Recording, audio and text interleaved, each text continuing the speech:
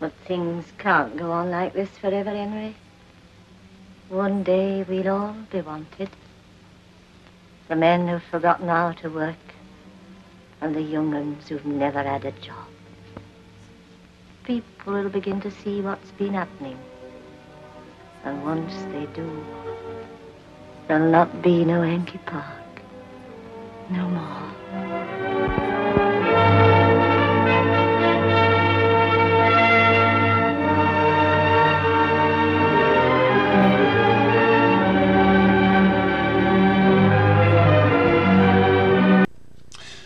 Now that's the end of the 1941 film Love on the Dole, which is a fictional view of British social life in the 1930s and unemployment in the north of England.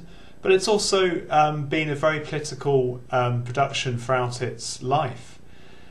Now, Love on the Dole started as a novel in 1932. It then became a play which over 1 million people saw when it toured around the country. And earlier attempts to produce a film of Love on the Dole in the late 1930s were vetoed by the censors. It only got made into a film in 1941, and as you can see, there's a very political message here that the wartime government will make sure that the unemployment of the 1930s will never happen again, and a new Britain will be created. So in many ways, fictional views of politics can tell us a lot about political life more generally of the time in which they were written. So this week we're going to be doing something quite different to what we've done before, and looking at a range of primary sources in the Bill Douglas Cinema Museum on campus. For those of you who aren't aware of it, the Bill Douglas Cinema Museum has over 75,000 items and is curated by this chap, Phil Wickham. So in a special seminar we're looking at the Cinema Museum's collections on politics in the 1940s.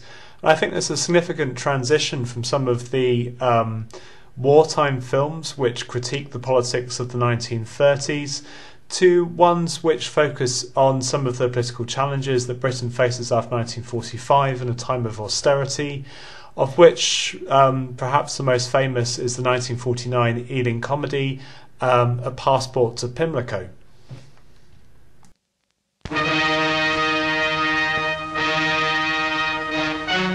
A British passport for Pimlico. Customs and a frontier post in Pimlico.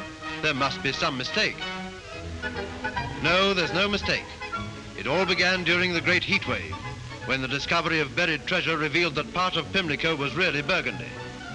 That might seem unimportant, unless you lived in Pimlico. Legally, this is Burgundy. Head office no longer has any jurisdiction over this bank. This is my bank. Russian books, this is Burgundy. Coupons, this is Burgundy. Your export department, this is Burgundy. Burgundy.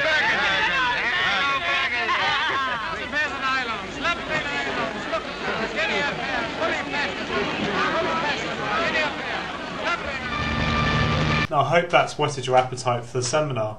In the rest of this week, we'll be looking at other range of depictions of political culture in fiction, film and TV, particularly those that developed after Yes Minister, and thinking how they shaped public perceptions of government and the civil service during their times.